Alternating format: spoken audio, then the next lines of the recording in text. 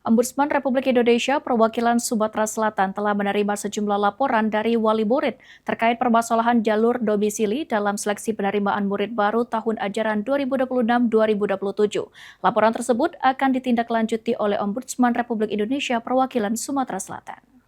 Sejauh ini sejak dimulainya SPMB. Kepala Perwakilan Ombudsman Sumatera Selatan M. Adrian Agustiansyah mengatakan hingga saat ini pihaknya telah menerima sejumlah laporan terkait pelanggaran maupun permasalahan dalam pelaksanaan seleksi penerimaan murid baru tahun ajaran 2026-2027.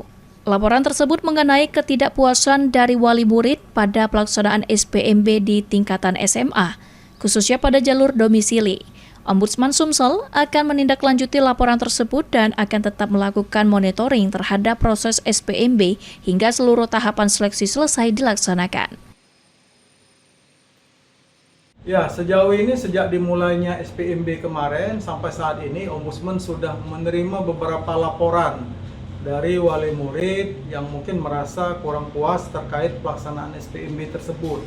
Dan laporan ini memang kalau sampai saat ini baru di level SMA seperti itu.